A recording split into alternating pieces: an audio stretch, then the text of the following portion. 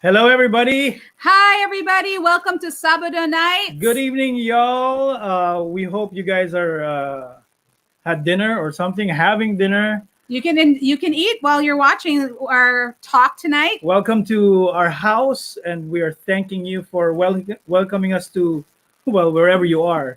I think you're in your home, supposedly, because it's already curfew. Yeah, that's true. You should be at home. We're safe at home. Right, that's right. So last week we didn't have Sabado nights, but we're gonna have a great Sabado nights. This is something that we just started, and it's not always about church things. It's things that will help them at work, everyday life, and that's what being a believer is about. It's not just about Sunday, and so we want to be able to equip you and have Right. conversations with wonderful and awesome people. Yeah, you're supposed to take what you receive on a Sunday and apply it to your daily life. That's Right. right. So whether we're all quarantined at this point in time, but it doesn't mean that we can't receive and we can't be enlarged for more. So we've got a wonderful evening for you today. Oh yeah. Well, before you speak about our wonderful, awesome guest, I remember somebody. This is partly a testimony of somebody who would come to church on a Sunday, and the person works as a consultant. Okay, and whatever that person hears on a Sunday, applies it at work. For the consultancy and the Yeah, team makes that it modules Yeah. for her to be able to teach the group that she was handling. And the clients would always say, where do you get your materials? I've never seen it before. I've never heard this way of training before, but it's working for our people.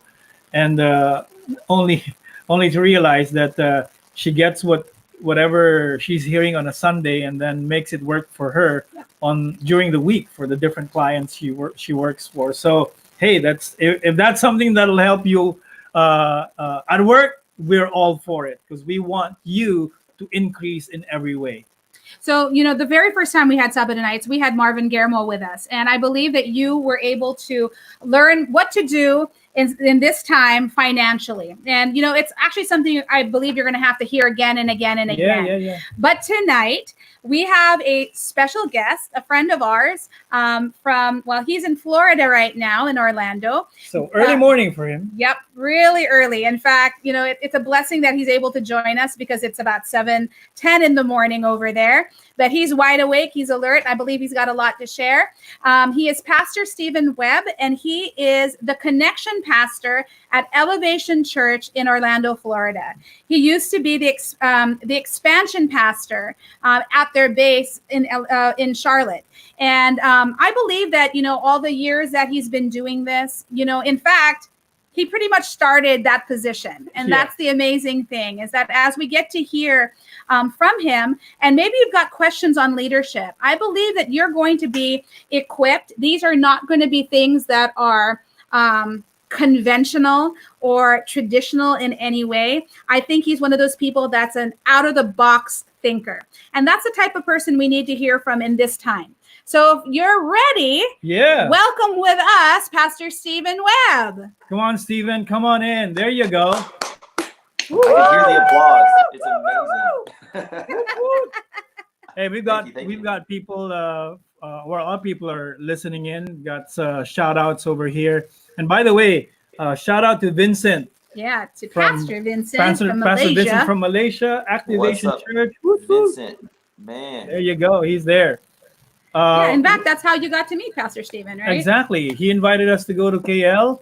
I just wanted to go there because of the food, really. And That's what I and hear. lo and behold, meeting new friends and hopefully develop this connection, because our position here in Manila, in our church, we want to continue to learn from people who's doing it and doing it well. So you're here. We want to hear from you, especially about raising leaders and how to navigate, between training them or letting them go and all these Transitions, things. understanding transitions. And I don't know if it's going to come up later on, but one thing that really kind of blew my mind after hearing you speak is when you said, I wanna raise leaders that I will eventually follow. Yeah. And that's a wonderful, great heart, because we're not here trying to keep the position for as long as we could hold on to it, No, we want to raise people that will be able to take it on, and God can move us to a different assignment. So before we start, a lot of people, they probably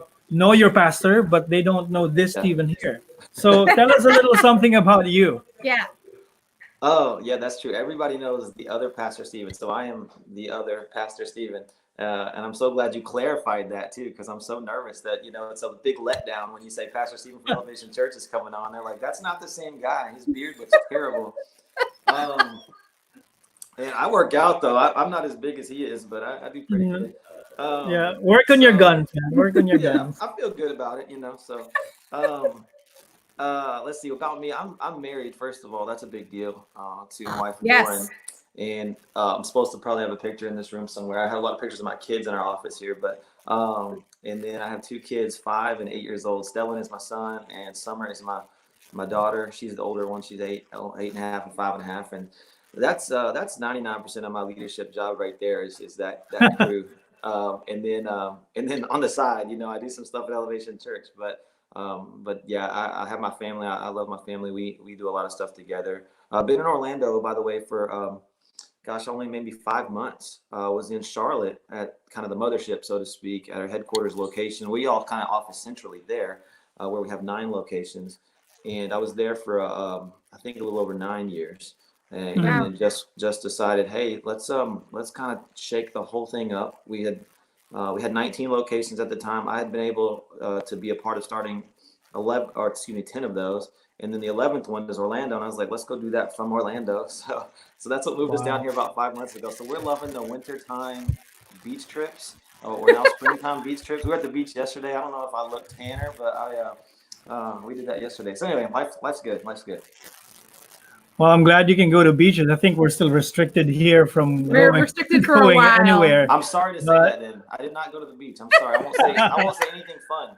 So Hey, yeah, well, No. It's something we can look forward to. by the way, we've got some wonderful beaches here in the Philippines. So if ever you get to our shores, I'm coming. We'll take you. we'll take coming. you. That's right. I'm You are coming. Let's do We'll it. get you a better tan. Better tan than Vincent, who's watching. I Vincent need tan. a Philippines tan. Yeah. Yeah. And you can bring your wife and your kids, Done. make it a vacation. Yes. Be awesome. So essentially, your job is really to, at least so far, since you started there, is really raising leaders, and I believe that's essential. You never have enough leaders in church. Yeah. Because you need leaders in every level.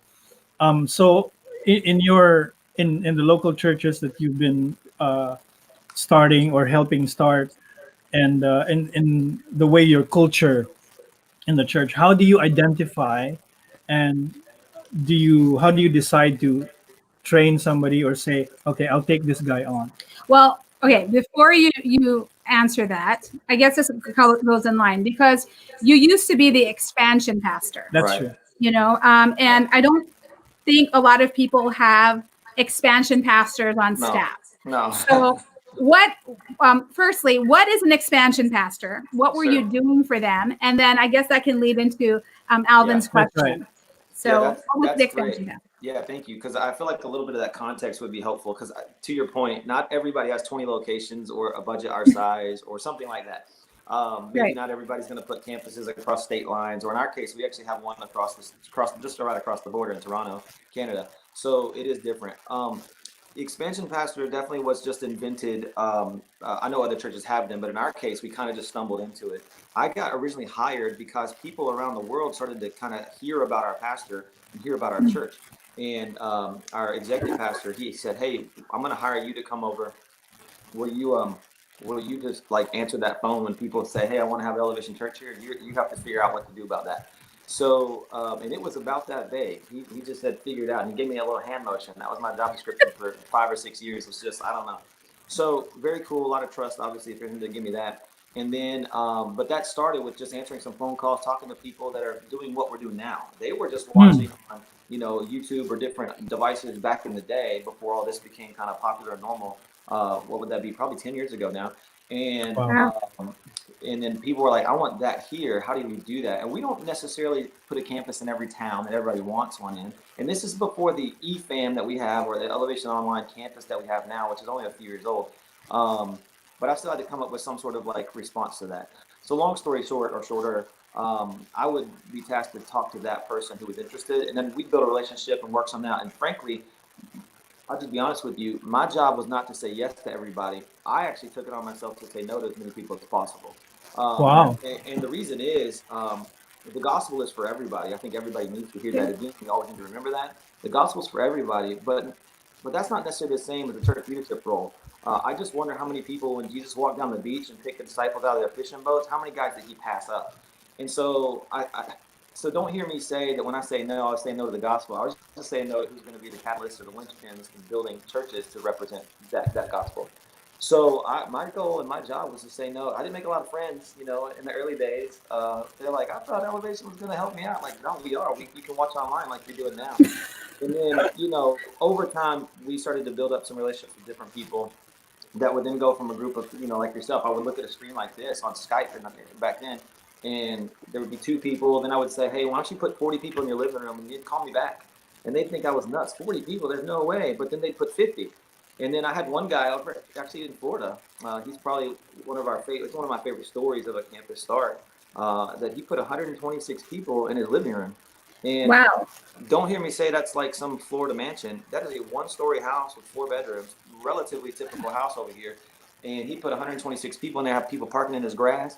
And that's when that finally got to that point, we said, oh, okay, I guess we'll go to the next level. And so my job was kind of to steward a conversation from one passionate person, and that's a relative term, to what became, in our case, or my case, we did 10, Orlando would be the 11th campus that came out of that strategy, out of the 20. We have 9 in Charlotte, and then all the ones outside of Charlotte came from what I just told you.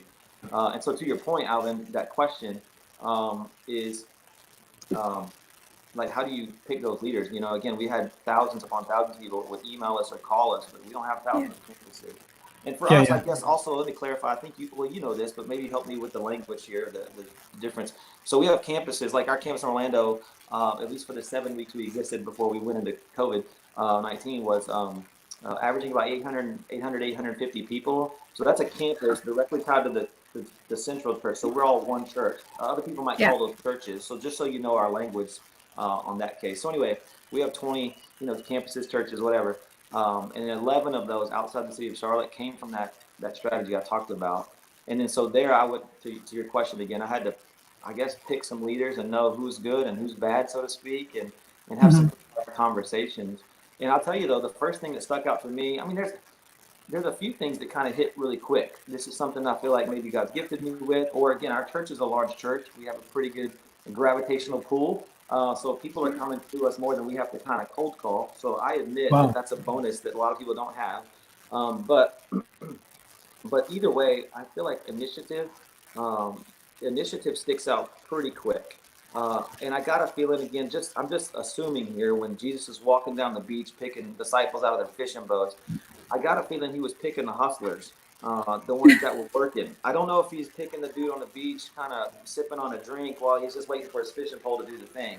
And I just think the initiative is the thing. And we had talked about this before. I feel like God can't steer a parked car. My dad used to tell me that. And if you're going anywhere, I mean, more power to you to do what you want to do, but it's just hard for God to move you and steer you in a direction if you're just sitting still. And our pastor, I'll say one last thing, and I'll you can tell I use a lot of words. Our pastor taught us one time that, he's talking about the verse about whatever is true, whatever is noble, that kind of thing. And he said, God's will is whatever. And a lot of people are waiting for this specific burning bush moment. And obviously God can do that as he did with Moses. But I just believe, hey, why don't you go do something? Get in motion. And I promise you, you're not going to thwart God's plan. God will move you into alignment with what he's wanting to do through you. And I just think that's probably the number one trait that sticks out to me, is I'm trying to run alongside somebody already moving.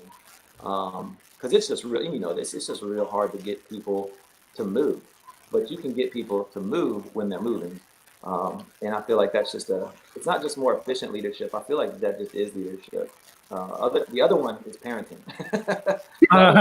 Hey, wake up and do the dishes, that's called parenting. I'm not paid to do that. So Well, I Oh, think that's there's true. a lot of depth to that.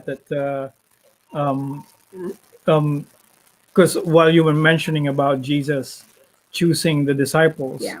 and at the same time, how many people did he pass by?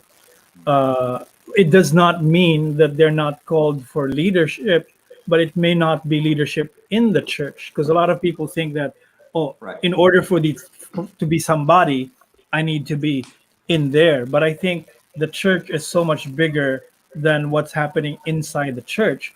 Yeah. So we need, and what you're saying is that it's okay to say no to some people, Hmm. Hmm. Well, right? yeah. I mean, you were talking about people that like the thousands of emails that would come in. Yeah. My question would be how I mean, since you were weeding them out, what made certain ones stick out to you?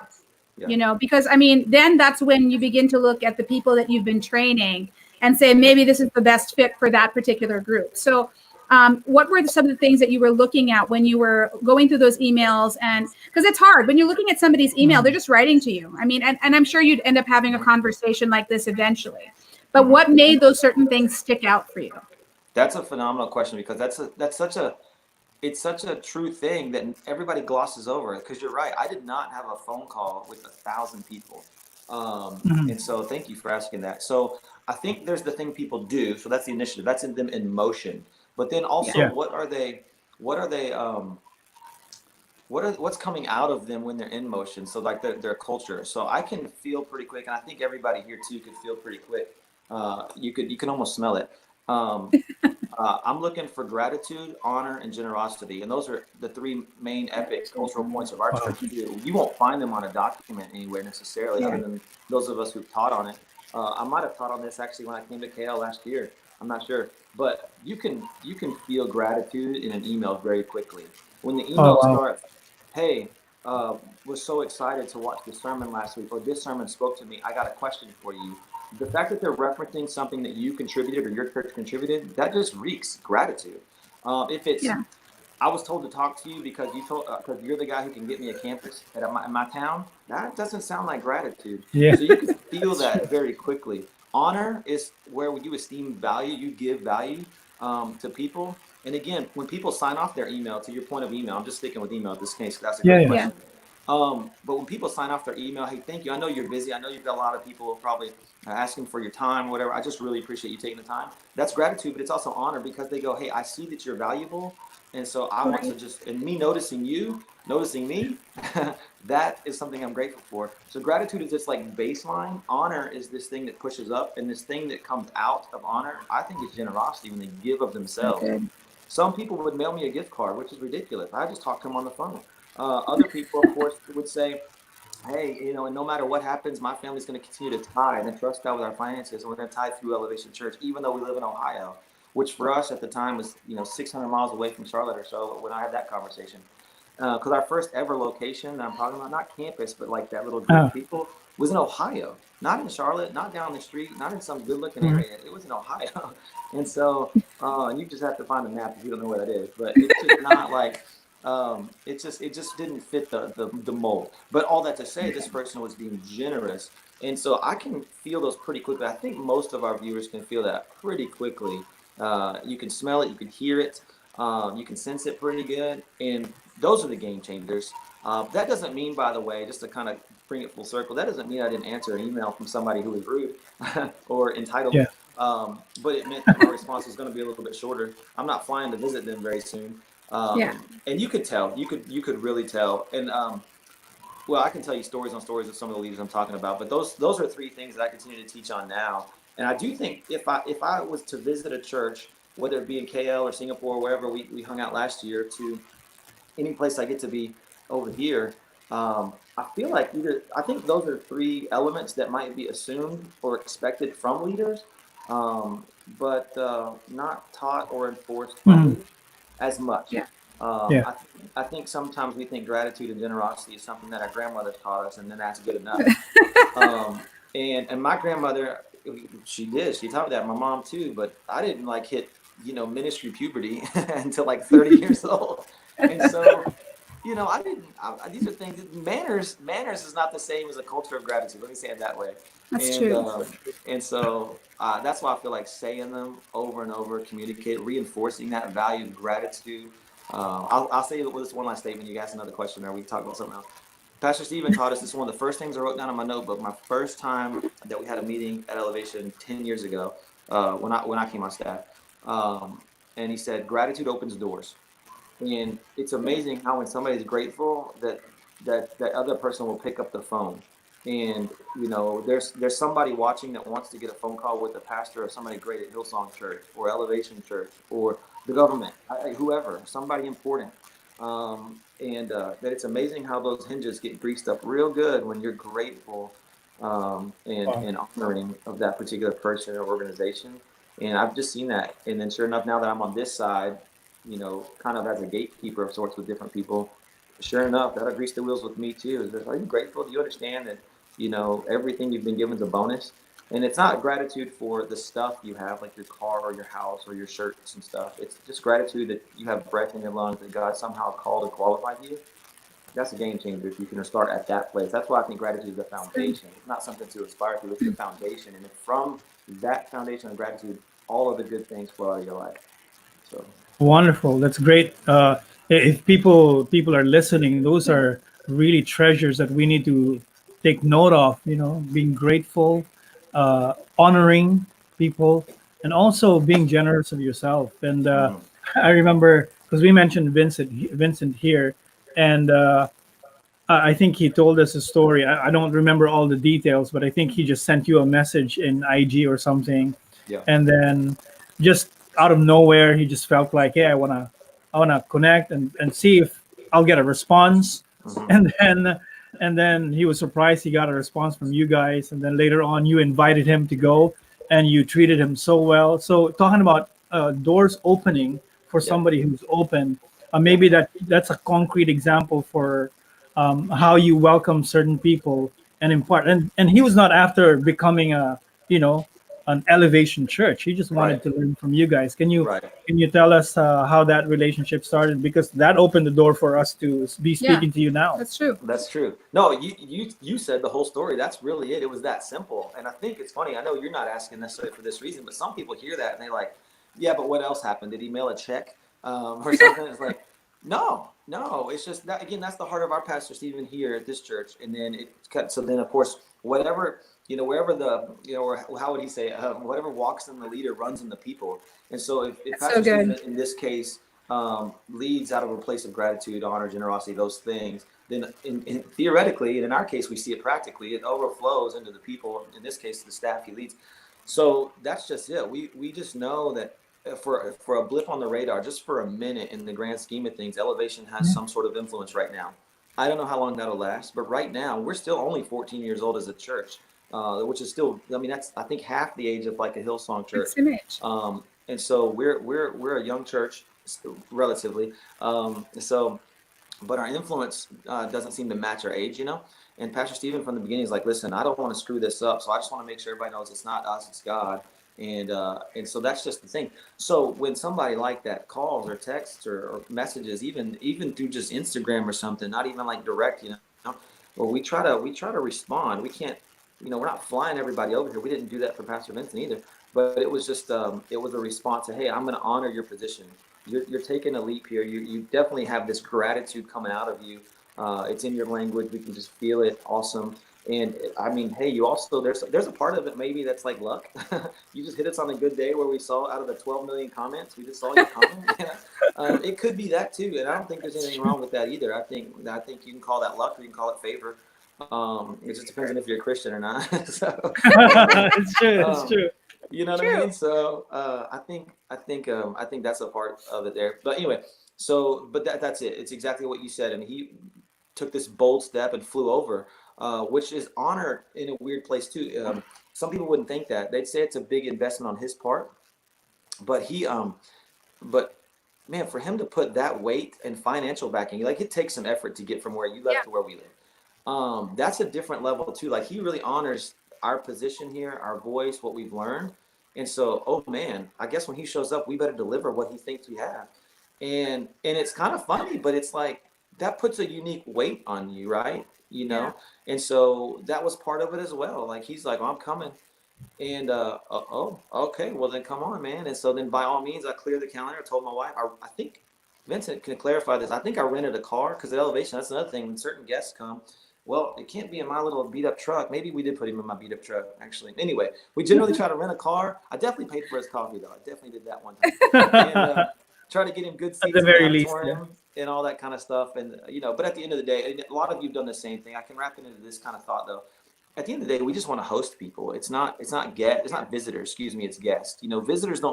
Visitors like your grandma who never comes back again. Visitor is the mailman who you invite in for tea for just a second. But a guest is somebody you expect to be part of your family. And Wow. it's a different way to host.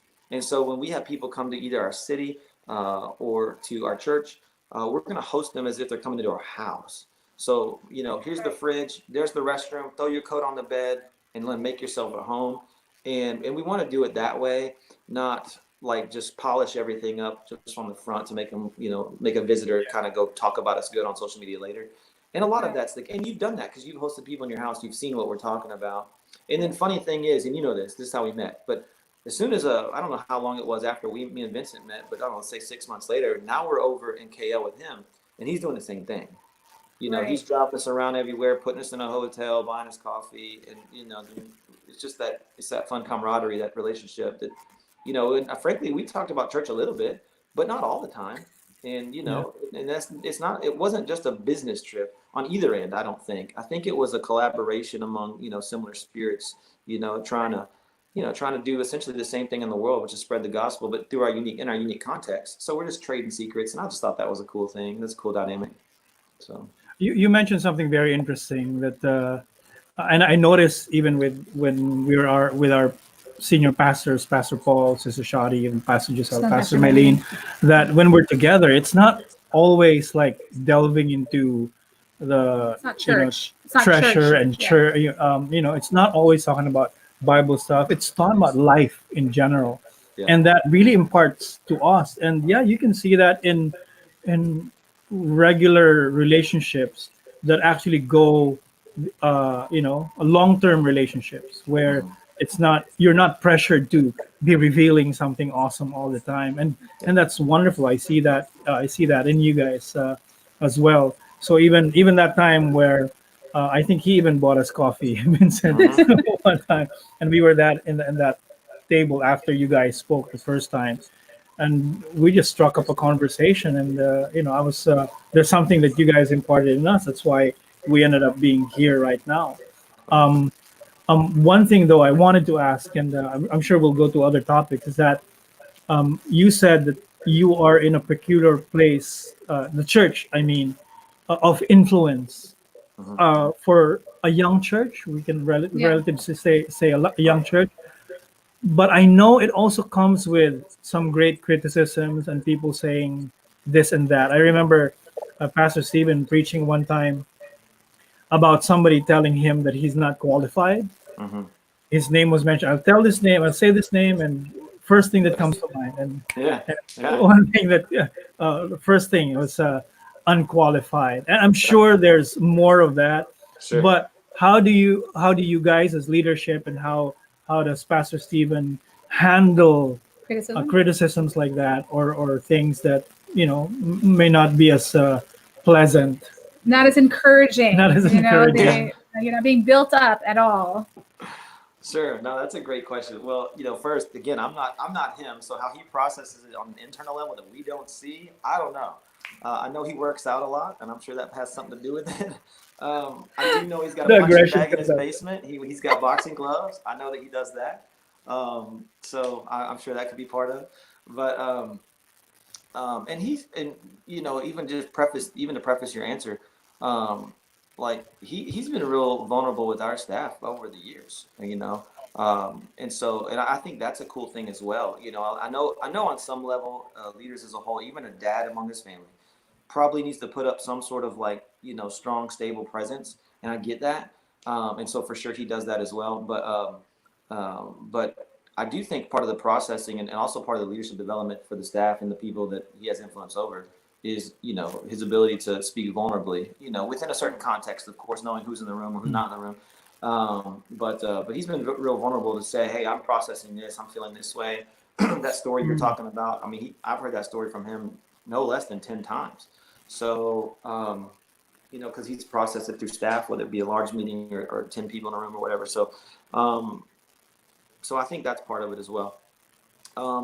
At the end of the day, it's kind of like what we just said a minute ago, though. I feel like, you know, I think his answer, if you remember, is he's like, yeah, I'm not qualified. I don't think that's initially what he said in the moment. And I think he referenced that too. Maybe like, not. oh man, I'm just not happy. But after he thought about it, you know, he's like, that's of course that's true. I'm not qualified. None of us are, you know. And he said, I'm just as shocked as everybody else that I have this sort of influence in this place. And I think that's a great place to start. And I don't think that's a weird false humility. I don't think that's this like, I don't think that's weird. I think he's coming at it obviously from a place of like legit humility, which brings a lot of strength and power because it helps you balance. I feel like it's, if you know where to step, which is humble. Like I know where I am, I know who I am, so I need to embrace based on that. I think that's actually good wisdom.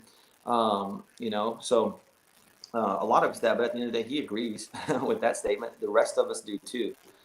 There's a lot of things I don't have that a lot of my peers have, whether that be a college degree or a lot of churches where we are. I don't know if it's true where you are, but of course, you know, a lot of denominations, it's mandatory. You've got a master's of divinity or a seminary degree on a lot of levels.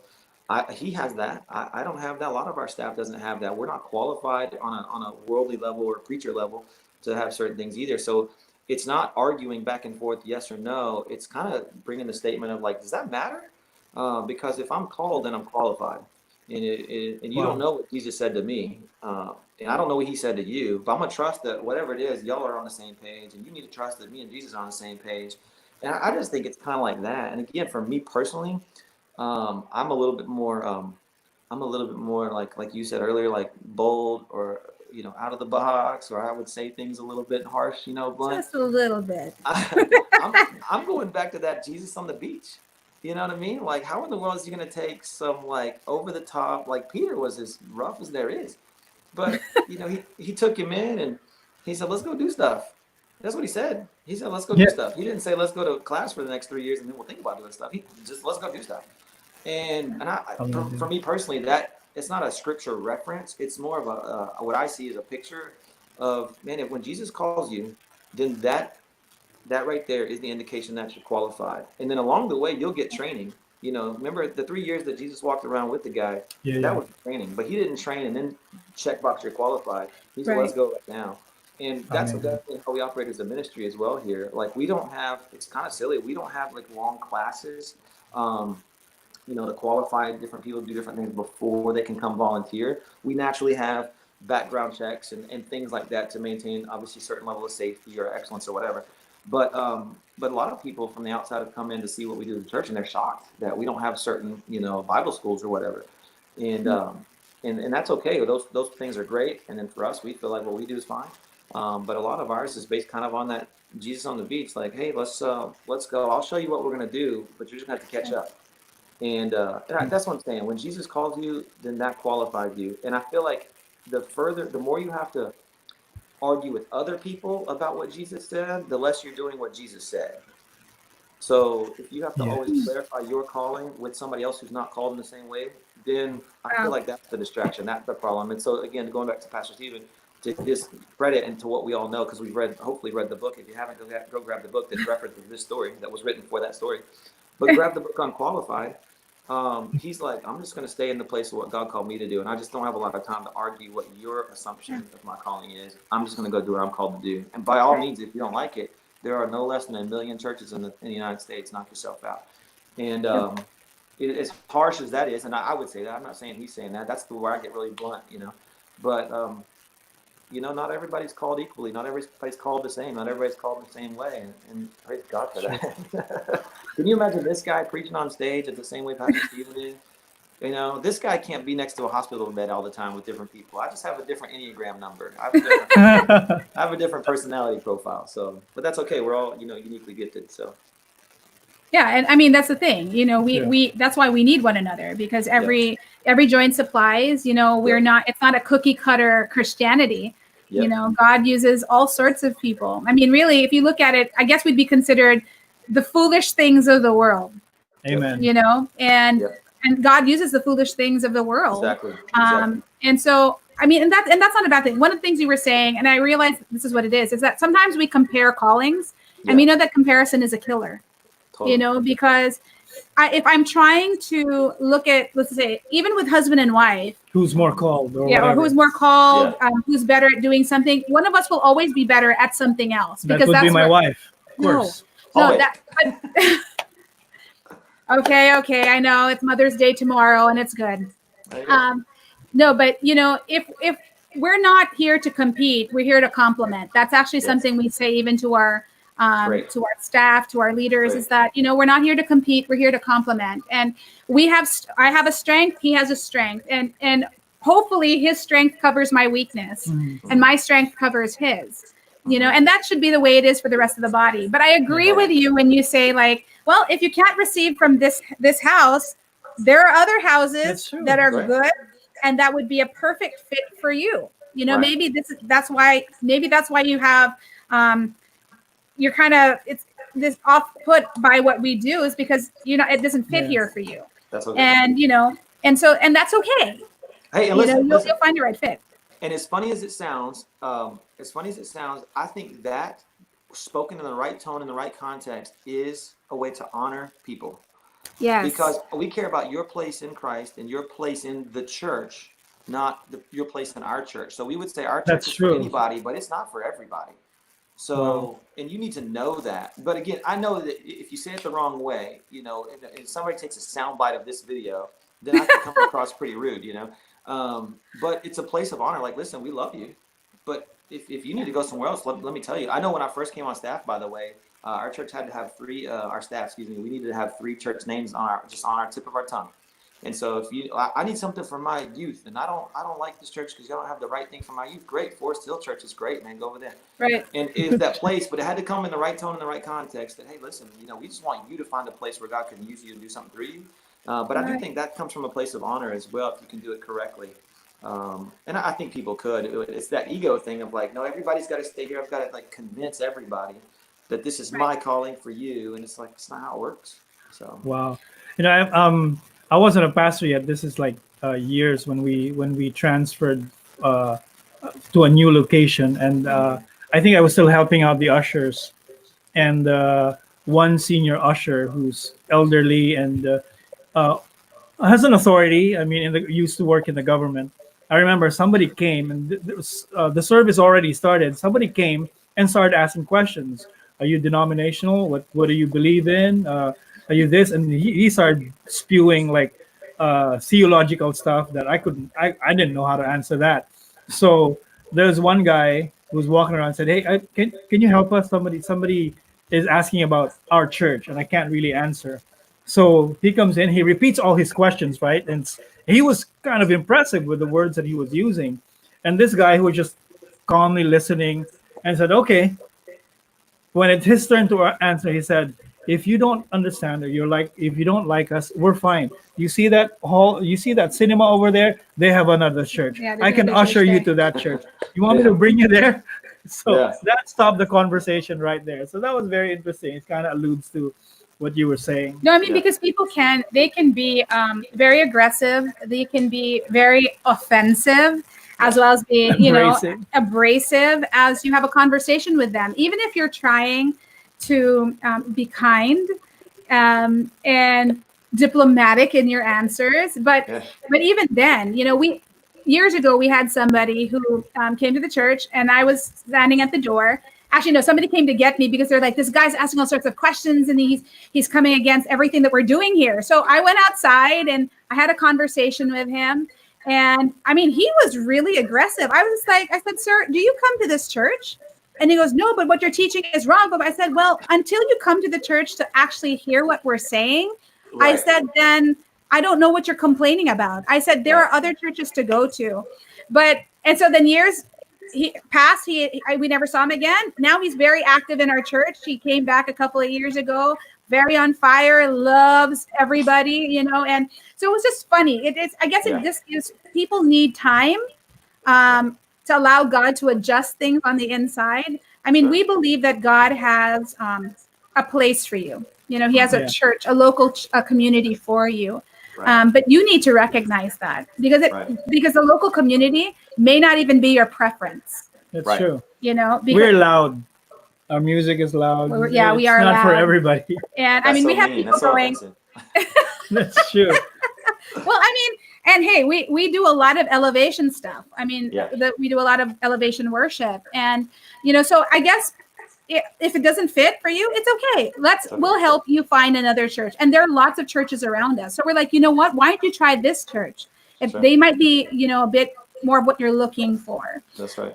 I have another question for you. What do you do when people, they seem like they have the resume, you know, they came from this school or whatever it is, and it's well known, and they present themselves, hey, I want to volunteer, I want to be a leader in your church. Yeah. And then what do you do when you, because something like that happened, and they said, you know, and they just came from this prominent school from the States and whatever, and speaks well, prophetic, whatever it is, you know, they're very gifted, Very at least they say, charismatic. very charismatic.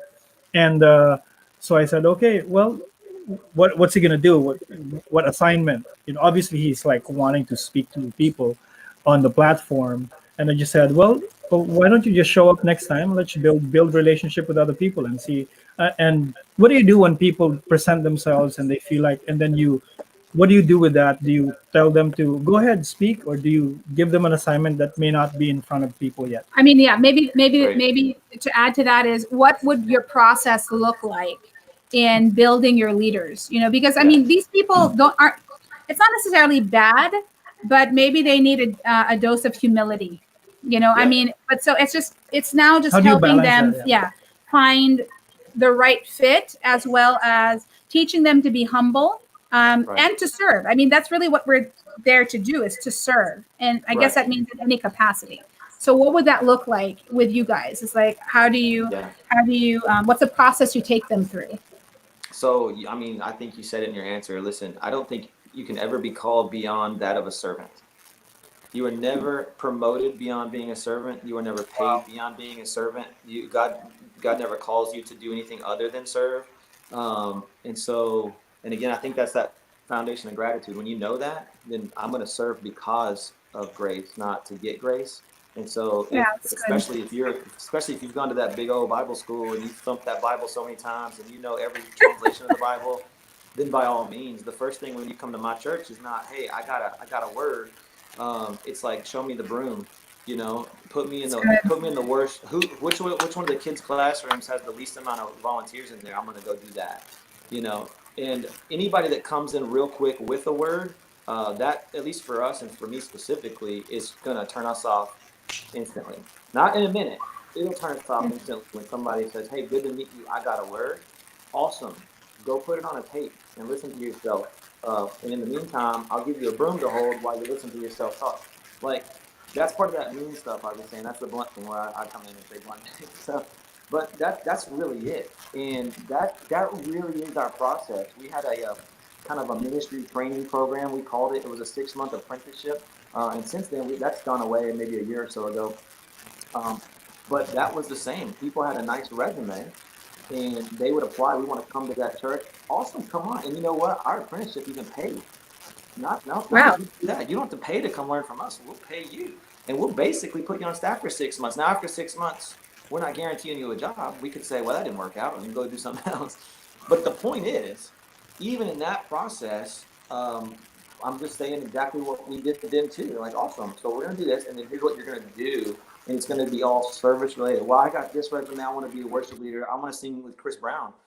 Cool. That's a cute idea for you to want to do. And one day maybe God will let you do that, but we're not going to let you do that. We're going to help you, position you to serve. And then through that service, then so be it. And you know this, guys. Y'all know the Bible more than me, and you definitely know it in multiple languages. This plays out in the Bible so much too. If you remember, then David was delivering cheese, and then through that, long term, God put him on the throne. But David started by delivering cheese. He was doing the normal, mundane, boring, lowly servant thing, and that's what put him in front of Goliath. We all like to talk about David and Goliath, but that was like what, a 3-minute interaction for him. And it was cheese. It was like babysitting sheep. It was all of that stuff right there. And so I just don't think you're ever promoted beyond that of a servant. And again, Pastor Stevens taught us that. Our staff tries to operate that way. That's going back to the story of Vincent. That's why we're trying to just be open-handed. We're just trying to serve as much as we can, while still obviously staying focused on what we do, what we're called to do. And so really, as simple as I'm making it sound, that is our whole process. So I'll give you one more example. I was saying this kind of at the beginning when I told you what I did for the expansion. So when people would call and say, hey, I want an Elevation Church in my town, we'd like, awesome, great. And you know what they would say? They would say something real noble that everybody says, people in Melbourne, Florida, they just really need Jesus. I know, but let me know where on the map people don't need Jesus. Like, in what country are we good? So Bethlehem needed Jesus, and he came, and they still needed Jesus. So that it's frankly a dumb statement. If I could just say dumb on the airwaves, it's the dumb statement. And you know what else? It's also kind of a pretty arrogant statement too. So anyway, people need Jesus, blah, blah, blah. And so, but I would say exactly what I told you. I'd say, here's the broom. Or in this case, you put 50 people in your living room, you call me back. People in this town need Jesus. Great. I'm glad you live in that town. So why don't you grab some people and put them in your living room? Well, I don't have a big enough house. How big is your house? How many people live in your house right now? 4. Well, great. I'm sure you could put 8. You've had people over for dinner. Well, I mean, I know, but to build a campus, we need more than 8. I know. And to be a king, you need more than cheese, but it worked out for David. So you see what I'm saying? Like, it starts somewhere, and everybody wants to shortcut the process. Everybody wants to jump right to the burning bush. But Moses spent a lot of time out there before he got the burning bush. And even then, he tried to argue it away, which is a whole nother sermon that I'm not going to try to preach. You can preach that some other time. But when you get the thing you asked for, you don't even want it anyway, because then it's going to be like, I don't think that's God's calling for me. I think that's God's calling for you. It's like, it's always going to be another issue. Everybody wanted Pastor Stephen's job, and then nobody wants to write the book Unqualified. You know what I mean? Nobody wants the story of that person with that fame, calling him qualified. Nobody wants that either. So you're never promoted beyond the level of a servant. And I just feel like if you can start there, that's our process. Every system that we've put on a document, or every class that we've ever taught comes with, it starts right there. And matter of fact, I can even give you some more like practical, like check boxes for us. If you're going to be a leader in our church, like you want to lead a small group, awesome. But you will not lead a small group if you are not tithing.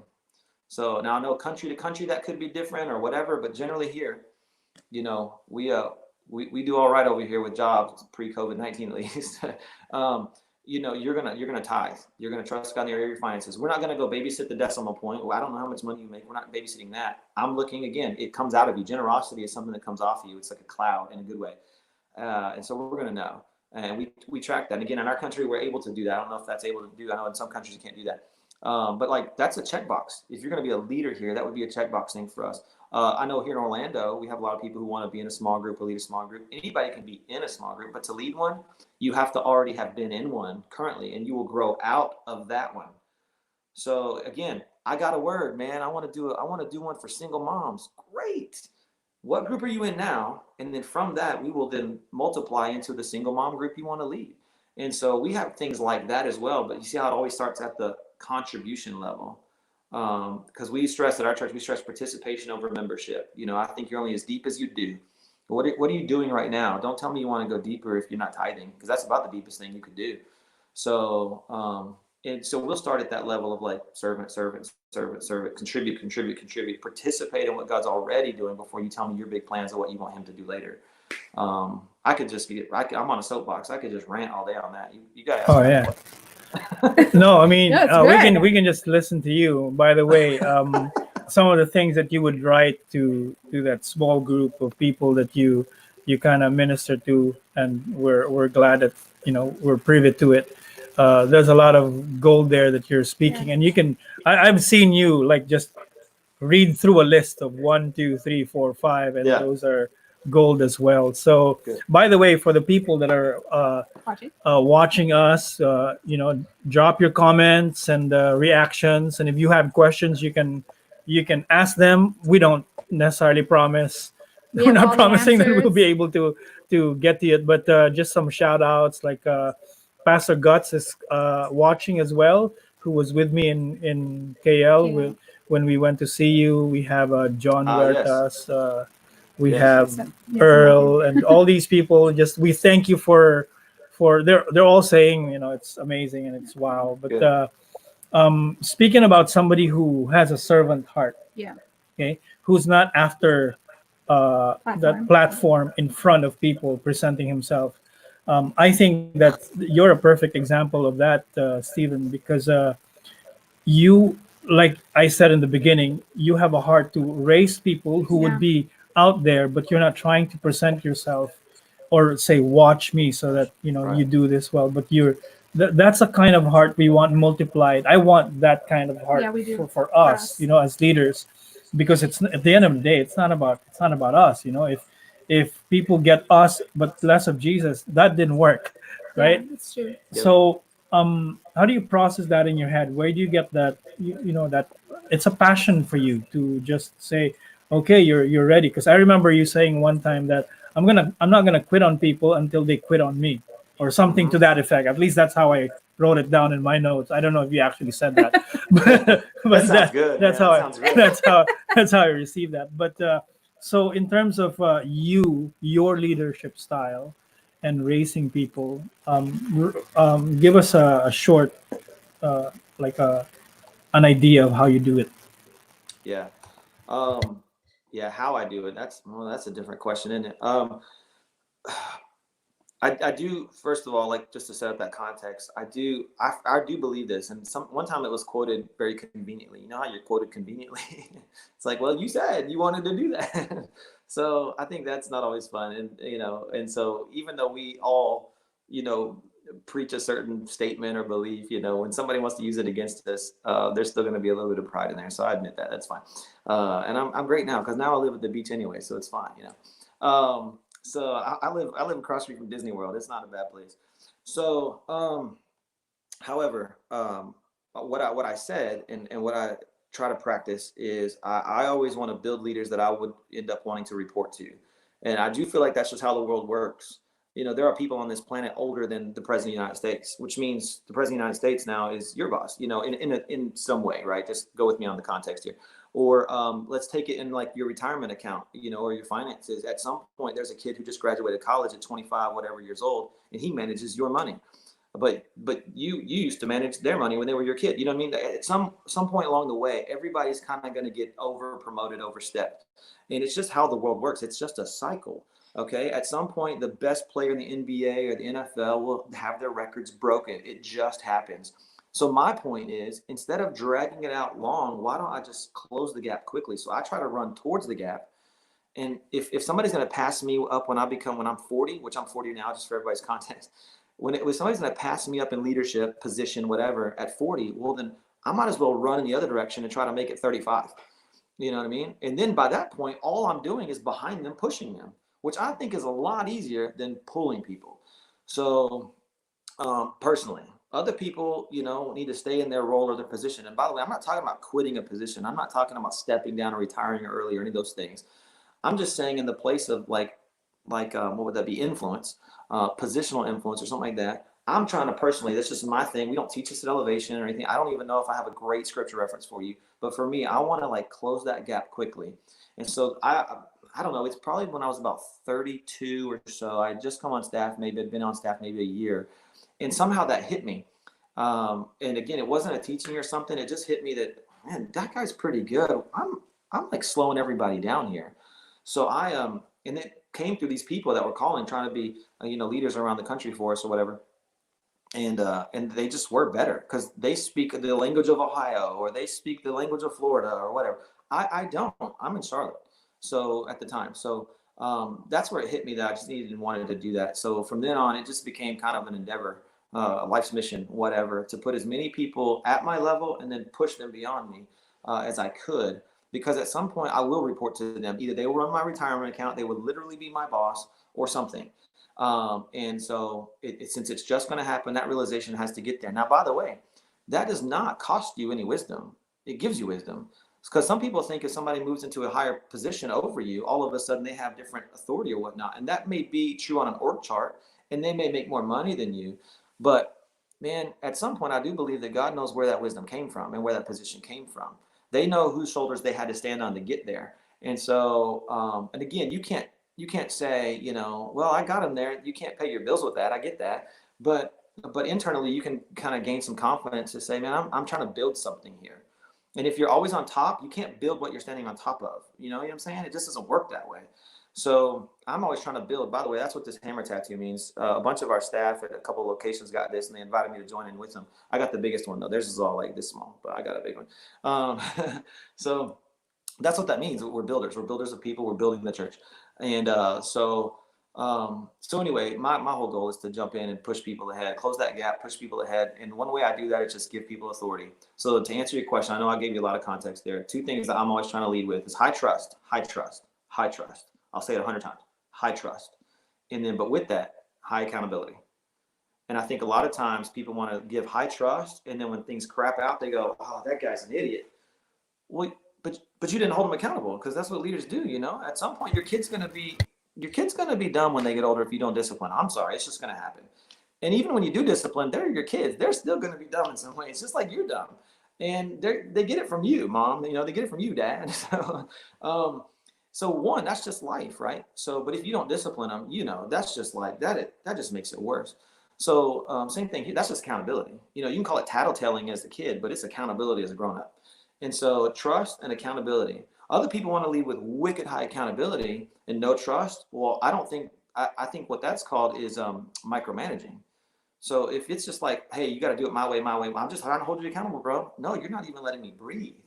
So like, give me some leeway. Now, clarifiers, because somewhere out there is a 25-year-old me who's watching or whatever, and they're gonna hear this later, and they're gonna be like, yeah, man, give me the space. I want to go do my thing, and that's fine. But listen, you don't have to trust this person, that 25-year-old, with everything. But whatever you do trust them with it. I don't think you can be half pregnant and you can't half trust somebody. You either trust or you don't. And so now it's what you trust them with that you could moderate. But the trust itself, you got to let it go. And if you have your hands on it, you're not letting them own something. You're just loaning it to them. And so you got to just let it go and see what happens. And that might mean your kid, in this case, your kid gets to go check the mail at the front door. Oh my gosh, they're going to go all the way to the street by themselves. But then later on, it's like they're going to go pick up their brother and sister from school. And then they're going to move out of my house. And then they're going to go build a family.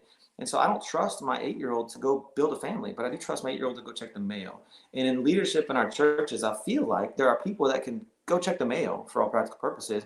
And we're like, no, walk that way. No, hang on, open the door this way. That's not what I wanted you to do. And that's that micromanaging, which then I think is just an epic, like perfect picture of a leader with no confidence, you know, that either God is using him or that God's going to speak through them. And I think that's a problem. So for me, and I'm not saying I don't have insecurities. I have as many as everybody else. I got a closet full of them, but I'm just trying to like fight through that and put people in position. Let me tell you real quick, and I think y'all know this, but I'll say this anyway. And I understand this will come across boastful. I get that. I'll take a risk. Hopefully there's only like 4 people watching, and then that's it. I was the expansion pastor, and for all practical purposes, I couldn't really climb higher on the org chart. That's not how our church works. It's not like climb the ladder like a bank or something, and that's totally fine.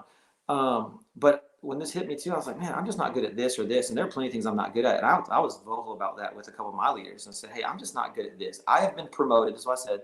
I've been promoted beyond my level of effectiveness. Thank you. I'm glad you promoted me. But over the years, I've grown to a place where I'm no longer effective because now I'm doing something that I wasn't built to do. I'm a builder, and my role had grown to the point of like more of a management thing. Totally fine. And I know that at some point in life, at least in America, we teach everybody not as a church, but just Americans. Well, then you jump from there to the next, and then you just keep climbing other people's ladders. Well, for me, I wanted to climb back down, go to another mountain, and climb up another mountain. And so, long story short, or at least that part of my long story short, is my campus pastor, who I report to, I hired him and put him in place 2 years ago as the e-kids director. He was a kids director. And then I moved him over and promoted him, was part of that process of promoting him to the campus pastor of Orlando before I knew I was going to live here. So then I said, hey, if anywhere I want to go, I'm going to go report to Peter. So I report to Peter, a guy I hired. And you know who his boss is? His boss is the guy I hired and worked with me and promoted. And you know who that guy's boss is? Is a guy that I had worked with. I had found him in college. We became friends. And then I was his boss for years too. And he's the one who got me this tattoo, by the way. But so the 3 bosses above me were all underneath me 8 months ago. And again, I'm not trying to boast in that way. I'm just saying, like, I'm practicing what I preach, and I'll say from the other side, man, it's a lot easier to push than to pull.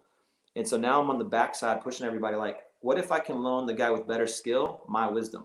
Because a lot of people can wield a weapon, but they don't have the wisdom of an older person or more experienced person. So, and frankly, and this is here for those of you out there that really want to like a materialistic or like a really good, like selfish win or benefit from this, because I get that too, is listen, the guys I'm loaning my wisdom to, they're the ones taking all the bullets. I'm just the one giving them direction. So even on a self-serving level, and I know that's not the goal, but even on a self-serving level, it's beneficial to the kingdom, to leadership as a whole, to even your personal life. Is I'm not taking the shots my campus pastor's taking, but I'm loaning him all the wisdom I have. So therefore, quote, my agenda and his agenda, if you will, I know that's a crazy way to say it, they're both going forward. The church is still going forward. But now I'm back in a sweet spot where I can like provide wisdom and insight. I can build something, and I can do it through people, which is what leaders are supposed to do. And then he's doing the same thing because he's in a new season of leadership and a new role. He's younger than me. He's 12 years younger than me. So, but he's doing the same thing, but in our own unique spaces. So I gave you a lot of stuff right there. I don't know if anybody followed that, but that's definitely another soapbox of mine where I just love doing that. And I wish I could have figured that out at 25. But that's okay. I finally got there. I got there before I was 60, so that's a win. So. Oh, that's a lot. Well, if you're looking at rich. the comments here, it's all fire. Oh, good. I think we need to take a moment I need to take a moment just to kind of try to soak that in a little bit. But that's an awesome heart. If we can multiply, that heart to the people that we have, that'll be amazing. What kind of organization, church we're building for people like that. Well, our pastor, our senior pastor says that all the time. Pastor Paul, his heart, he and his wife, Sister Shadi, are always saying their expectation is the next generation is going to take it far further than they ever did, I guess that their ceiling is our floor. Yeah, their ceiling is our floor. And that really should be the case, because like you were talking about kids, because I was thinking about that. I mean, as a parent, that's what you want for your child. You want your child to do far more than you've ever done, step out and do the impossible, but you're there cheering them on. And you have, I guess, the wisdom of experience behind you that will help them. We actually have a saying in New Life that we honor those that have gone before, we celebrate those that we're running with, and we encourage the ones that are coming up after us. So I mean, because at every level you can learn something, or you can impart something at every level. I mean, I guess that's a heart that everyone should have, is that a heart of a learner, or what we say, humble, open, and teachable. So these are things that, when you're talking about that, I was like, that is true. We really want people to do more than we've ever done, but that also means, like you said, we need to trust them with what they have. So and I guess the level that they're at, because that's where they'll grow. The level that they're at, they can stretch that out, and they can, now begin to do more than they did. And then accountability. I mean, we really have to hold people accountable. I trusted you with this. And if something happened, okay, let's talk about this. Why? What's going on? And, because we want people to be better. That doesn't the Bible say that if we don't, a child that is not disciplined is, quote unquote, a bastard, or, illegitimate. But one that is disciplined is considered a son. So this is something that I really do believe we should be doing. And when you were talking about pushing and pulling, when you're pulling somebody, they don't know the direction. They don't want to go in that direction. But when you're pushing them, you're actually headed in the same direction together. They're just maybe a little bit more hesitant, but they're not really struggling against it. It's like, okay, I need your strength to help me get there, and do what needs to be done. When you were talking about transition, how did God work on your heart regarding that? I mean, since you already have the heart to serve the people that you're raising, when he put it in your heart to move from being the expansion pastor to now serving in Orlando, What did that process look like for you and your family? Because it wasn't just your decision. Yeah. I mean, I'm sure Right. Lauren had to be involved in that decision making. Right. Yeah, that's good. Let me also provide context there, because I didn't come in just super noble and say, "Hey guys, I'm ready to take a demotion." You know, it wasn't that kind of thing. Yeah. So we had started to restructure some stuff, essentially with just some of the people at certain levels, because we had a lot of campuses. At one point, I oversaw 8 locations. Well, that's just not super sustainable. And then there became more of us overseeing more at a time. So all that to say, we started to restructure some stuff. So I was not asked to be demoted or do anything like that. But because of the shift, that made what I was doing a lot more clear. Like, man, I don't want to do that. I'm not good at that. And it wasn't as clear in the moment. And I don't think it's always clear in the moment for other people too. You know, don't think that the burning bush for Moses was like some beautiful thing. Like, oh wow, this is amazing. I think he was a little freaked out. I know it's just like 2 verses where it's like, hey, and he walked over and saw it. It could have burned for like a month before he went over there. I don't know. I'm just saying that it's not always just so clear as we think it is. So I'm saying that like it wasn't super clear for me at the moment, but I did very quickly realize that I'm outside of my like level of like expertise, my place where I feel like God's called me. I'm not even doing anything I got hired to do. And so that right there kind of broke in me like, oh man. And so then the hard part is wrestling through what next. Do I need to manufacture some movement? Am I waiting on God to do that? But God's only going to do it usually through other people. So whose voice am I waiting to tell me what my next calling move is? Like, oh my gosh, it's all these different things. So, so that part internally was kind of, frankly, just a hassle. And matter of fact, Alvin, it's funny enough, we had that conversation 8 hours before I jumped on an airplane to come over there. That's when this took place about a year ago. So all of that. And then it wasn't until August, maybe 4 or 5 months later, that after wrestling with internally, having some conversations with different people, I'm still leading some campuses. There's still 4 of us in these meetings, and we're still talking about church as a whole. It's all fine, but I'm still like moving more into this managerial style. I'm like, I don't know that we should do that differently. You know, all this. So, and then it just hit me again through some conversations. Of course, I was like, hey. So then I asked. In that case, our new structure. Then I went to the top, not Pastor Stephen, but right below that, to our executive pastor. I was like, hey, let me ask you something. Can I just talk to you dad to dad? And just like man to man. I don't want to talk to you about like our roles. I just want to let me just process with another person who's my age, actually beyond me, just a little bit. We're actually very similar in age. He's not in his 50s or 60s or anything. So we're walking kind of in the same life, you know, like life phase. And just had an honest conversation with him and another one of my bosses too. And so we just had this conversation. And then it came real quick. I started to kind of process with Lauren. I was like, hey, like, what? Because she's like, you don't look like you're just enjoying life right now. I was like, I'm just not. And so I had reached this point, not like, you know, kind of like not a breaking point. I didn't have any sort of meltdown or anything. I was just like, I don't know. You just kind of get unsettled. And I think that's a good place to be too. You know, Pastor Stephen and maybe other pastors have preached on the idea that an interruption is also an invitation. And it was kind of like that, you know, like if I'm unsettled, well, then where do I need to resettle? And it was kind of like that vibe. And again, it all sounds good to preach on the back end. And that quote of like, you know, inconvenience or interruption is an invitation. All those sound good in a minute on an Instagram post, but we all know that doesn't happen in a minute. And so, but your wife does help you a lot because she always hears the Holy Spirit better than the rest of us do. So, amen. Say it one more time.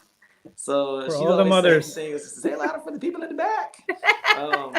She always says, you know, those kind of things like, hey, well, I just feel like you should do. I just think you should do this. And it was that kind of conversation. And then I said, she said, where would you want to go? What else do you want to do?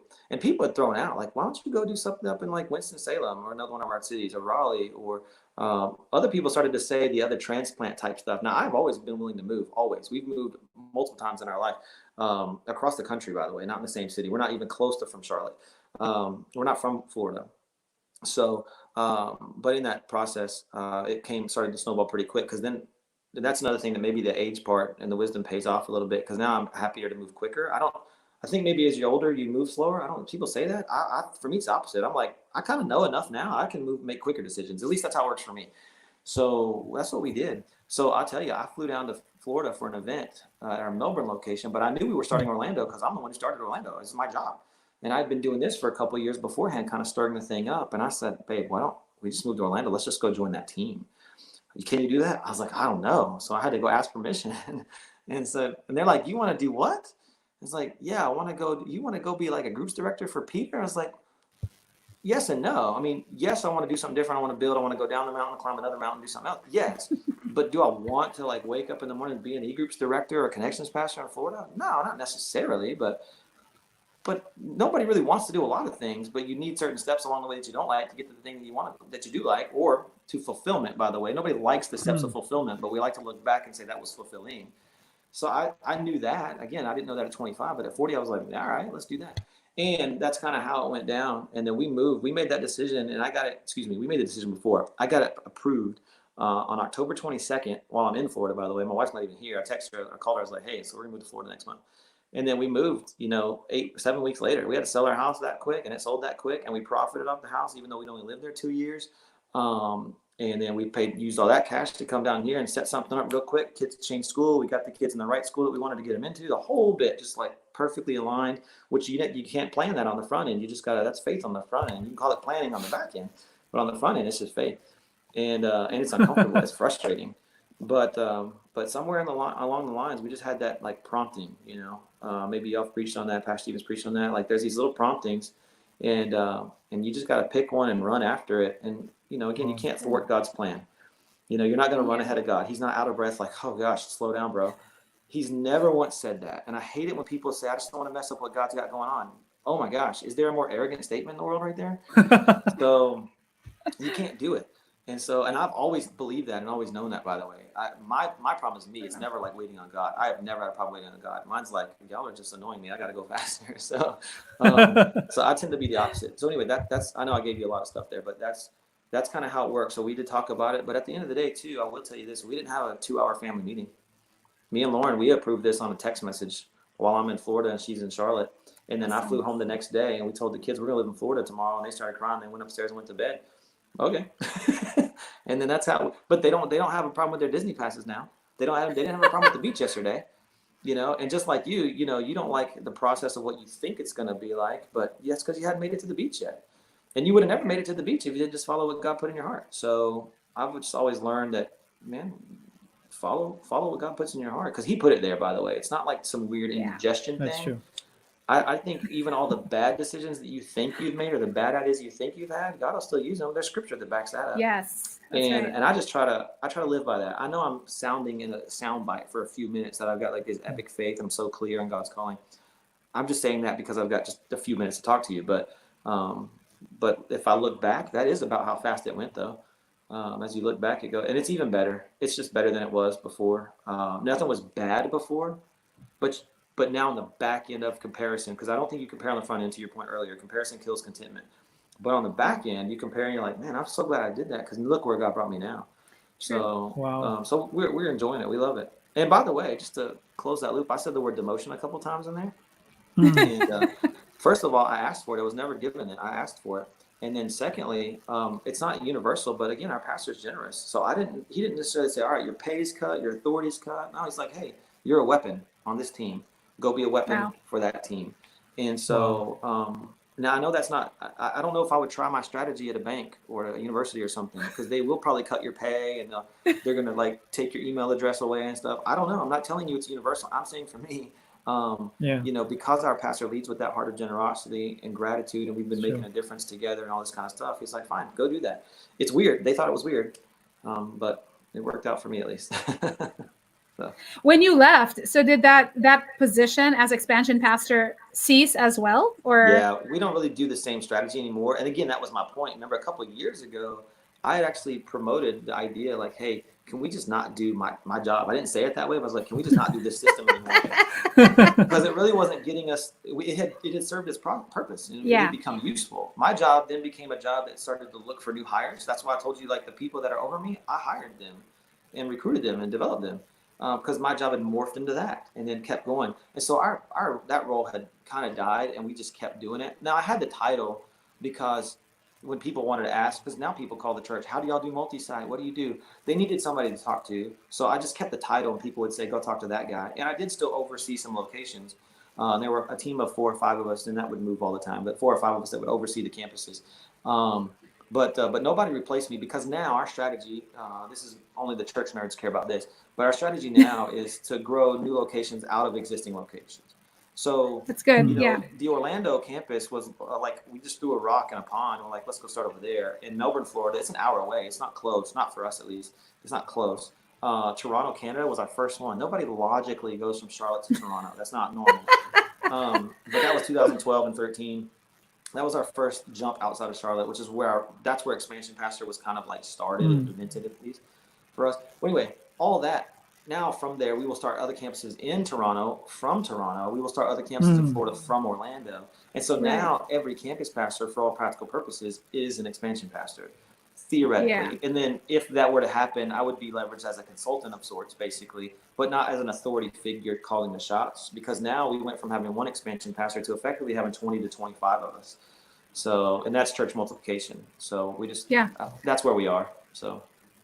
That's for go ahead. No, go. That's an awesome heart. I don't know if for you guys who are listening, for me it just speaks that it's not about, when you talk about the things of God, when you try to maintain and hold on to a particular title just so you have something to tell people, what's your job, to impress other people, that's not going to work out if you're holding on to something that's not already useful or past its season.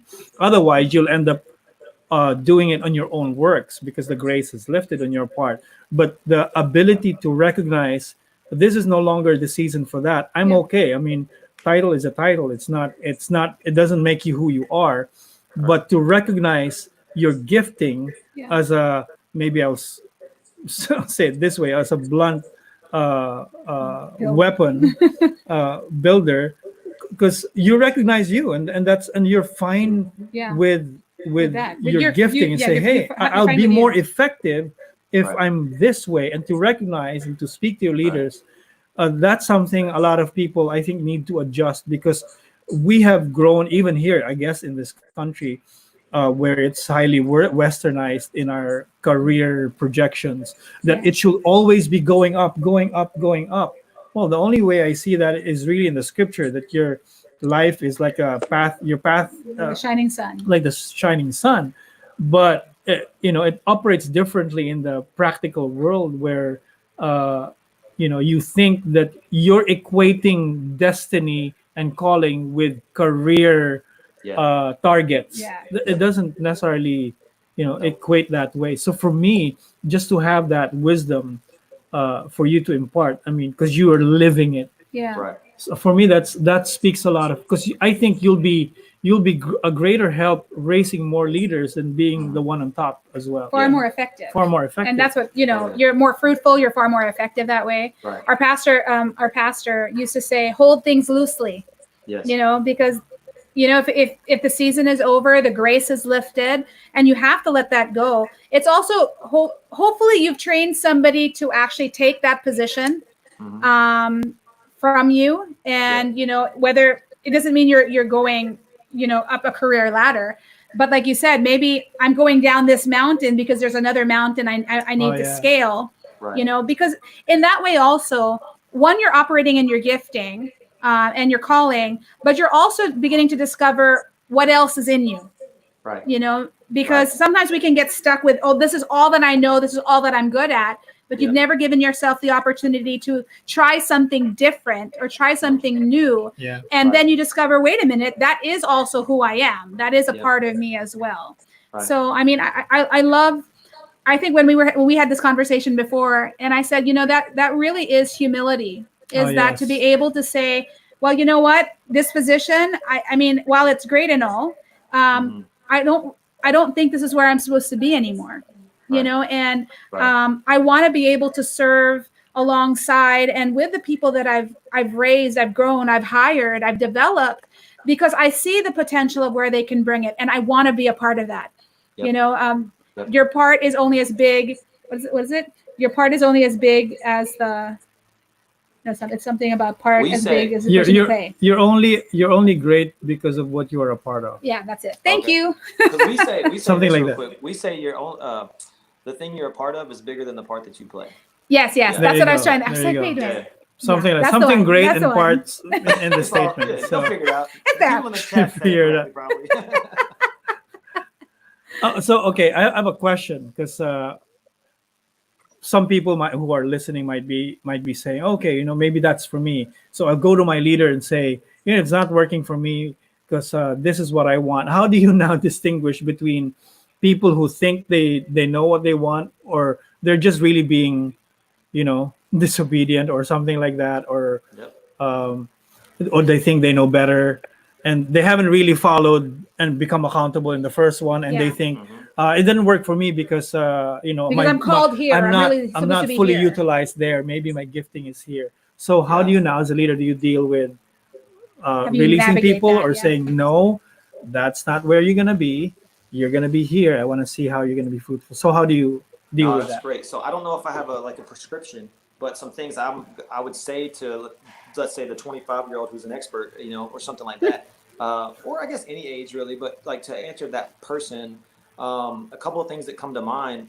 Number one, it is, if you feel like you're called, that's true. I'm not arguing that ever, but that doesn't mean I'm called to pay you, you know, Oh, it's and good. and so when you hear me say that I moved locations and I came up with that, that's true.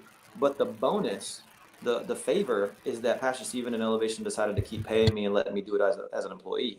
That's very different. Of course, it's a free country here. I can move to Florida if I want, and I can still be a great volunteer at the church, and I can loan my wisdom to Peter, our campus pastor. All of that is not, nobody's arguing that. But to stay employed and to do it under a certain umbrella of leadership, that's not up to you. And so a lot of people, to your point, are asking, well, hey, what about, I think it's my turn. It may be, but if you need compensation to clarify your calling, God may hang up and call somebody else. That's And so good. you need to maybe pause. Or, I don't know where your money tree is, but plant one, figure it out. But there are other things that I say that you need, because you also need a spiritual covering of sorts. You need to be a part of a church leadership. You need to have people over you, Yeah. mentors, coaches, whatever. And So, and again, you can have that without being a part of the current church you're in or the leadership role you're in, for sure. But just know, when I'm speaking of that, the only thing that I had control over is following what God put on my heart. All the rest of the compensation side of it, my position, even who I got to be in meetings with, all that's not up to me. That's up to the people above me. And that's true for everybody watching this right now. We are all entrusted with something. We are not entitled to so good. something. And so, It's good. Really and good. even us, like I work at a big church and I have a pretty cool title. And you guys, y'all work at a big church with influence, and we're talking across the world. Those are awesome things. And we are still entrusted by somebody above us. And Yeah. so it's just, you just got to remember that. So that's the main thing I would say. However, again, back to my compensation side of it, and compensation doesn't have to be money. It could be comfort. There's things that you're like, Yeah. well, I don't want to move over there because my kids have to start a new school, or I don't want to go over there because that city's not as big or it's not as small or whatever. Like, there's other things; those are your preferences. But we have an old school mindset at our church. A preacher boy, and he says this stuff all the time. He's like, you gotta, in order to live for the vision, you gotta die to your preferences.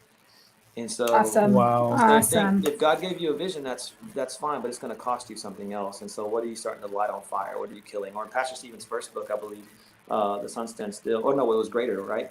And he says, you got to burn the plows, like the Elijah story, I guess. Yeah, yeah. Burn the plows, like give up your old life, so you got nothing else to go back to. And when I start pointing out those things, and again, in Pastor Stephen's book Greater, he talks about this, and people in church leadership have seen this on some level. And so we can all help you if you have this question. Is again, most people hear the idea of moving forward, but they just never like weigh the cost. And I'm not saying the cost should deter you. I'm just saying that it's there, and you just don't get to Right. argue Yes. about it. And a lot of people want the cake and eat it too kind of vibe. They kind of want that. I don't know. They just want to call the shots because they heard me say that, or they heard you say that. And there's just a lot Amazing. of context that you can't fit into an hour and a half phone call, that people just need to know. Yeah. And I'm just going to tell you, let me just say the most spiritual thing I can say so far. Life sucks. and, and life is hard. And life is Yeah, hard. it is. But let Yes. us continue to spur one another on toward love and good deeds. And let's continue to like push people forward so they can take another step in this life that may suck, or this life that punches you in the face, as I would say. Let's continue to do that. And so don't think that it's not going to happen, is my point. So there are hard things to do, and I think everybody just hears the calling, and everybody sees the Moses story, or they see the David story and all that. It's like, man, I need you just to flip the page and read the other part of that story. you Yeah. know, Yep. like It's we all true. know about Jesus's pain, but we forgot everybody else in the Old Testament. We forgot all their pain. We forgot about the disciples and their pain. It's like, what in the world? And so I don't know. That's just wisdom. I'm probably talking like an old man now, but Um, that's what I would tell them. I'd say here's one practical thing: get you a coach. Get you a coach, and a coach and a mentor are different. So get you a coach that can help you call some plays. Trust them a little bit. Find somebody that's better at a lot of stuff than you are, seen more than you've seen. But they recognize your skill, because a coach recognizes your skill. Find you one of those, and then let them speak into your life. I think that'd be the most practical thing. I could have just said that and saved like 3 minutes of talk. No, all the stuff you said, it was gold. I mean, I really like what you had said about, if you love the vision, you're going to have to die to your preferences. Oh yeah. Because the vision is bigger than you are, and the vision will outlive you. And it will outlive you. Yep. Your preferences will change. Actually, they can change over time. And if you give it a chance, quote unquote, you might find that really this kind of was more in line with what you do like. I mean, God doesn't want us. Let's put it this way: He gave us the comforter for a reason, because it's never going to be comfortable. But right. You get to a place where you begin to get comfortable. That's why He now takes you out of your comfort zone again. Yep. And then you get used to it. So, your preferences will change over time, and it will change through every assignment. But, but the vision shouldn't, the vision shouldn't change, because that should be something that's stable, that you see ahead of you. Yeah. Because as you can see, things can change in a very quick way. In the past 2 months, the world has changed. And not just this side, but all over the place world. And suddenly we don't know what's coming. We don't know what the regulations would be at the end of the day, but the things that we can hold on to, the things that are written there, those are unchangeable. So we're so grateful, because there's a lot of things that people are picking up. And we pray that this will not be the only conversation that we have, but we are thankful for the things that you have spoken and imparted, even those little things, the nuggets. I want to emphasize what you said, just the last part you're saying, for people to realize this. Until you realize that life is difficult, you won't need a savior. That's right. That's true. Until you realize that life, this is not how it should be, right? Because life is difficult. Even Jesus did not sugarcoat it. In this world, you'll have trials, tribulations, all these things. But there is a way for us to experience victory, not in our own strength, but the victory that He paid for. And then suddenly, we're not about comparing what the suffering I'm going through compared to Him. No, nothing compares to Him. That's why He was willing to go through that. Well, then this is discomfort. And what, like Pastor Mitch said, well, that's why we have the Comforter. And I don't know how many people that you've dealt with, that you are the cause of their discomfort. Because when you show up, it's hammer time. That's right. That's right. So, but I think I have been shaped in a beautiful way, receiving from you. Thank you for sharing what the wisdom that you've received over the last couple of years, and I believe that there are a lot more people. Everybody that's listened in, I believe that they've received a lot. And even just one thing is something that can spur them on for the next couple of months, and it's going to help them be better. Good, yeah. And again, these are not just things limited in the church, the leadership things, and these are life skills that you can apply at your work, in your home, with your friends, with other relationships, because these things are anchored in the eternal. So again, Pastor Stephen Webb, not Stephen Furtick, Swebb. We are Swebb. There you go. We are thankful, and I pray that another time we'll be able to have a conversation, open it up to other people. Yeah. And let's do it. And thank you for allowing yourself to be available, despite the fact that the time difference. Oh, it's good. It's a beautiful morning outside. It's fine. It's fine. It's a lovely evening for us. I know. And also, have a good night then. And thank you for all the people that joined us. I think this one will remain in our page for a while, so you can invite other people. If you have friends that couldn't make it tonight, let them know. Hey, listen to that.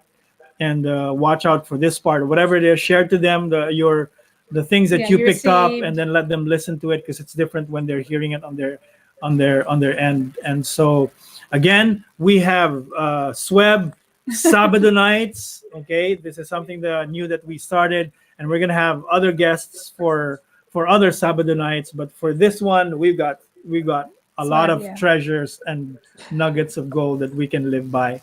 Again, thank you guys. Do you have anything? I want to leave the few words for you to speak and encourage our people as you say goodnight to them. Hey, well, thank you. This has been great. If anybody, I'm assuming most people, if not everybody on here, is connected to your church, but you have good leaders, you have brilliant leaders, you have gracious leaders who are grateful and honoring and generous. And I know that. For those of you that didn't catch earlier when we were talking about the story, like, we didn't just meet each other on a video. We shook hands and hugged each other over some sort of taco restaurant in KL. When it was allowed. It was still allowed at that time. It was, okay? Yeah, it was totally fine. Yeah, it was just, yeah, for sure. I didn't pass anything to him. He's fine. So, but you guys have that, and I love that. So I am grateful for y'all as well. It is pretty cool, I think, that we're having a conversation like this. I mean, the 12-hour difference, the fact that you're literally directly on the other side of the world is just crazy. But we're speaking the same, not English language, we're speaking the language of Jesus. I think that's pretty cool. I'll never be like not impressed with that. I always think that is so fun. Hopefully the rest of you watching right now don't take this kind of stuff for granted. This is not normal. This is not normal. I know America, the States doesn't have the market cornered on this kind of communication, but that doesn't mean it's normal for another 6.5 billion people. You're still part of a small percentage of people who get to experience these kind of conversations and these kind of connections to good churches. So don't take that for granted. And then with that, I would give you one more thing, encouragement to do, is always move towards people. I know the COVID thing, but always move towards people. And then when the prodigal son came home, the restoration happened because the father ran to him, not when he embraced him, but just when he started moving. That was the indication of the restoration of the family. And so even right now, when everybody's isolated, some countries more than others, some states for us more than others. I was at the beach yesterday, but in Charlotte, they don't get to do that. So move towards people, figure out a way to move towards people, because that's where the restoration comes. That's where that picture of grace really comes from. And so find a way to do that today. There's a text message you need to send to somebody right now and be like, hey, I thought of you today. That's right. And there's no better place to be than on somebody else's mind. So just text them, hey, I thought of you. Some dude from the States was saying a bunch of crazy stuff, but I thought of you. Like, just say that, and it's fine. And everybody's like, what's cool? I'm glad to be thought of. So move towards people today, because you're well equipped with good leaders, good pastors, good churches. And so leverage that to move towards somebody and change their life today. It's that simple. So. That's really, really good. In fact, that's something our pastor was saying. Pastor Paul was saying, 5 people, reach out to 5 people, and it's true. I mean, how many people can we reach out to in this time of, quarantine, really? I mean, we can say, well, I'm really busy. But you're at home. You can find a little time just to reach out. And like you just said, what a text message, what can that do for somebody? Hey, I'm thinking about you, or I'm praying for you right now. You just came to mind. And that does something for somebody. So thank you. Thank you for that reminder. Thank you. So let's keep on moving towards people. We're not going to allow the lockdown to stop us from reaching out and touching our community, touching our families, touching friends, and introducing them to who really Jesus is, because he was the one who really reached out to us first. That's right. We're just responding to what he did and letting other people know it as well. 100%. The vision is not just an idea. It's the vision is about people, and that's what makes it worthwhile. That's what makes it challenging at the same time, but definitely the value that you get out of it is so much weightier than the cost it entails. So again, thank you for the cost of you waking up in the morning to hook up with us. It's wonderful. I pray that you have a great day, and for the rest of the people, have a great night, and may God's blessing be poured out upon you. And we're gonna have a great Sunday tomorrow, and for you too, great Sunday for all Saturday of you. First, Saturday for you first, and then Sunday. God bless you all. Thank you for joining us. See you next time, Sabado nights. Thank you.